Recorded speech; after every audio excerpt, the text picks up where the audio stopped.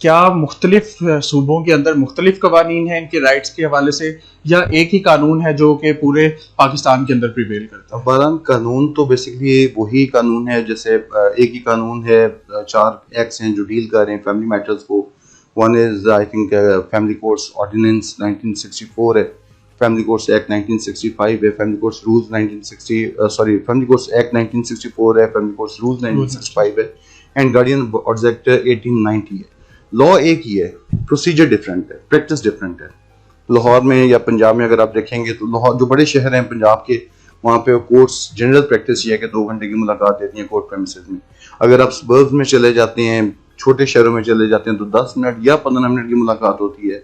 आप कराची वाली साइड पे चले जाते हैं तो 80 मिनट्स टू 90 मिनट्स की मुलाकात, और उस मुलाकात के दरमियान father is not allowed to even take a snap of the child. वो अपने बच्चे की तस्वीर नहीं खींच सकता कोर्ट में, क्योंकि जो भी जजेस वगैरह उससे कंसिडर कर डील कर रहे होते हैं, ऑर्गेनाइज करते हैं, वो इजाजत नहीं देते। Similar is the case with Balochistan, वहाँ पे भी हालात इसी तरह 60 to 90 मिनट्स की वंस इन अ मंथ या ट्वाइस इन अ मंथ, बहुत रेयरली आप मुलाकात देते हैं, और उसमें उस मुलाकात में भी सिर्फ बाप अपने बच्चे से मिलेगा, नॉन कस्टोडियल पेरेंट अपने चाइल्ड से मिलेगा, कोई इमीडिएट रिलेटिव चाहे वो दादा है, दादी है, चाचा है, आप कह लें ताया है, फूफू है, वो अलाउड नहीं है। Similar the case with Peshawar है, पेशावर कैबी के। तो मेरी बेसिक जस्तजू ये है कि मैं कुछ ऐसे ऑर्डर्स, देखिए मैं एक मेरी understanding, I am a common lawyer, common man's lawyer, and my self is a common man. मेरी बैक उस तरह की नहीं है जिस तरह जिसकी थ्रू मैं लॉ में चेंजेस ला सकूँ, मेरी अंडरस्टैंडिंग ये। तो मुझे जो दूसरा आसान तरीका लगा वो ये है कि थ्रू प्रेसिडेंट्स में लॉ डेवलप कर लूँ, और अल्हम्दुलिल्लाह अल्लाह ने मुझे इसमें बड़ी इज्जत दी, बड़ा कामयाब किया। 2017 से पहले आप अगर लॉ बुक्स देखेंगे तो आपको विजिटेशन राइट्स पे कोई लॉ ही नहीं मिलेगा, और एट होम विजिटेशन या ओवरनाइट स्टे का तो कॉन्सेप्ट ही आपको नजर नहीं आएगा। लेकिन 2017 के बाद मेरी एक जजमेंट रिपोर्ट हुई, 2017 CLC 1747, उसके बाद और आज 5 साल के बाद अगर आप देखेंगे तो आपको तकरीबन 93 के करीब सुपीरियर कोर्ट्स की जजमेंट्स मिलेंगी मुख्तलिफ सब्जेक्ट्स के ऊपर।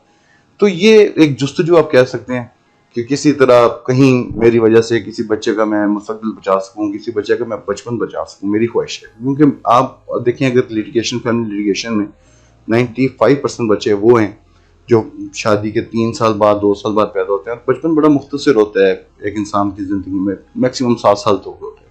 अगर वो बच्चा 7 साल तक अदालत की राहदारियों में टाइम ज़ाया करेगा, मुजरिमों के बीच में कहीं हैंडकफ्स, क्रिमिनल्स पेश हो रहे हैं, कहीं बेड़ियां लगे हुए कैदी पेश हो रहे हैं, उनके बीच में अगर वो बाप से या माँ से, नॉन कस्टोडियल पेरेंट जो भी उससे मुलाकात करेगा, तो आप बड़ा अच्छी तरह अंदाज़ा कर सकते हैं कि वो 20 साल के बाद किस तरह का आप सोसाइटी का एक यूनिट डेवलप करेंगे।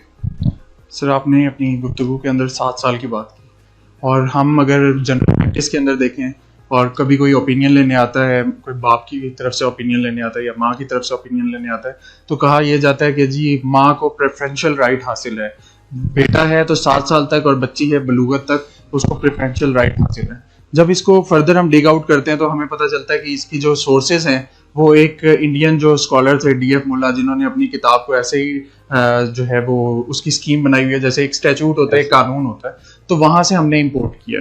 तो ये जो वेटेज दिया जा रहा है इस चीज़ को, और जो हमारी चीज़ हमने जो अपनी स्टैचूट के अंदर वेलफेयर ऑफ द माइनर की बात की हुई है, तो आप क्या देखते हैं, आप क्या फील करते हैं कि अदालतें दोनों को बैलेंस लेके चल रही हैं, या ये जो राइट टू इजाजत और प्रेफरेंशियल राइट है इसको ज़्यादा वेटेज दिया जा रहा है? सर, मैं समझता हूँ कि preferential right of the mother में कोई कबाहत नहीं है।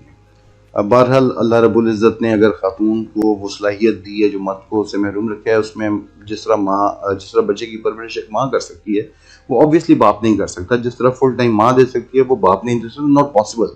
लेकिन जो अनफॉर्चुनेट एस्पेक्ट सारी लिटिगेशन का है वो ये कि ये जो कॉन्सेप्ट 7 ईयर्स का या 14 साल का हिजानत का बच्चा, अगर बेटा है, मेल चाइल्ड है तो वो 7 ईयर्स का होगा, और फीमेल चाइल्ड है तो 14 ईयर्स की होगी, वो जो कॉन्सेप्ट ऑफ हिजानत है, that is defective in my understanding.